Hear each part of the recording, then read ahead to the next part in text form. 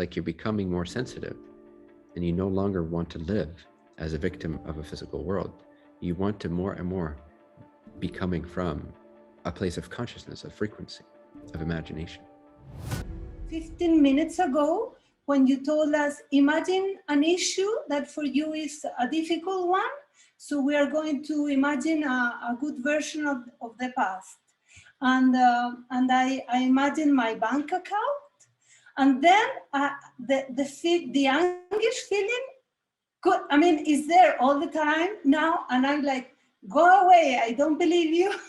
But it's like the contraction now starts coming in a bodily thing, form, not as a thought form so much. So then you are not gonna beat me, and I do your surrender meditation. I've been doing daily your surrender meditation to detect the lack belief and let it go.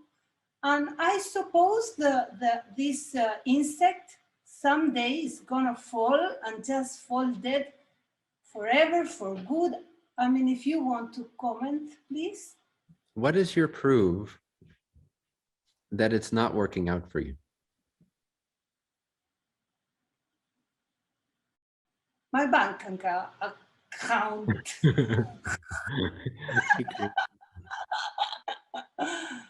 So where does your bank account exist? In my mind. Yeah, in your imagination. Yes. So can you change it in your imagination?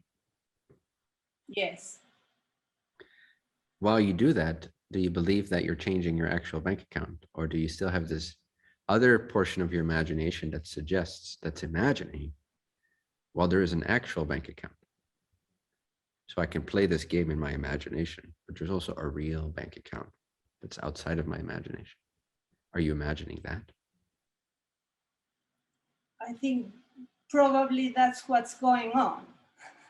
Yes, because we've been conditioned, or we've allowed ourselves to be conditioned by excessive focus on things, to then internalize a sense that there is an external reality. And this is a habit, and this is something that takes effort to change. So that's what you're dealing with. The lack belief is coming up. The belief in a real world is starting to fight you taking off, lifting off an imaginative power alone. Your faith is going to be challenged by the devil of the world.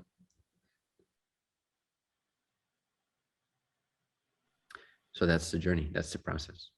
And you'll have probably plenty of waves like that. That's just how you upgrade your frequency. So define it positively, if you can, at least, the fact that you're going through these waves and ripples.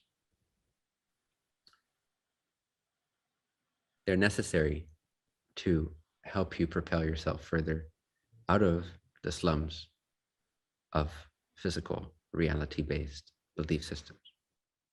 So you just got to spend more time in meditation and awareness and I amness and faith and in your desired feeling and in your desired imagination. Start spending more time there than you spend in physical reality, and things will start flowing much faster in the direction of what is beneficial, what is a reflection of your well-being, what is a reflection of your connection to God. So I can't really help you because it's just part and parcel of the process. What will help you, I think, is the acceptance of this being part of the process and just getting back up on your feet, your vibrational feet, finding either the pause, like pausing it long enough to regain the faithful insight, like, okay, I can feel it again. I can feel again that what I thought is real is not really that real, if at all. And I can actually create, I have control over my reality from what I'm presently imagining. And you said it beautifully that we have to watch for getting involved in the hows, projecting how things are going to unfold. Because, and this is where faith comes in again, we got to have faith that God's ways are much, much more intelligent than our ways. and we shouldn't try to compensate for it. Every time we try to compensate for it with action or thoughts from a state that doesn't feel fully aligned and inspired and blissful and exuberant, then we are delaying God's ways.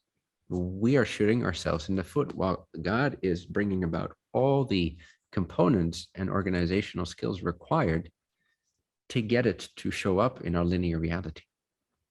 But if we interject because we look at our bank account and we say, this is not what I desire, and this means it's not fulfilling itself unless I do things about it or worry about it, then we are not allowing God to recreate our lives, the power of God, which is your imagination. And it's unleashed. Imagination is kind of like the frequency that allows you to tune to your desired reality, to that feeling state of confidence. And then faith is what unleashes it and allows the forces of the universe to bring it to you.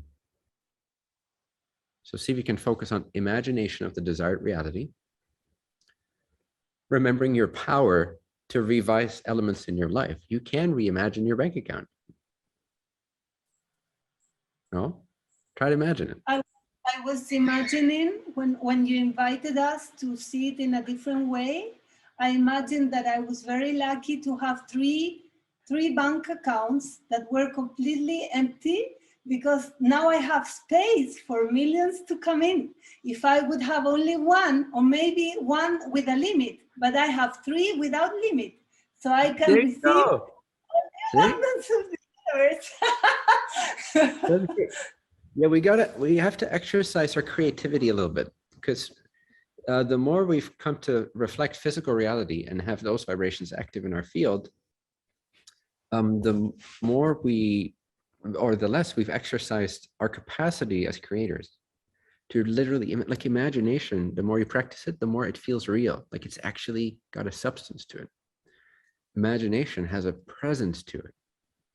It's not just empty blank images fired off into the real reality. No, imagination is the real reality. Your bank account is made of the substance that we call imagination. But because we've crystallized imagination so much in terms of physical senses, we forget that actually what produces the physical senses in the physical world is a deeper reality of imagination. That's the cause. Our imagination is the cause for our physical circumstance. The more you practice that and regain your level of awareness at that level, the more the subtle becomes the real and the gross becomes the unreal, or the effect of the real, the result, not the cause. There is no cause anywhere in physical reality. The cause for anything in physical reality is imagination.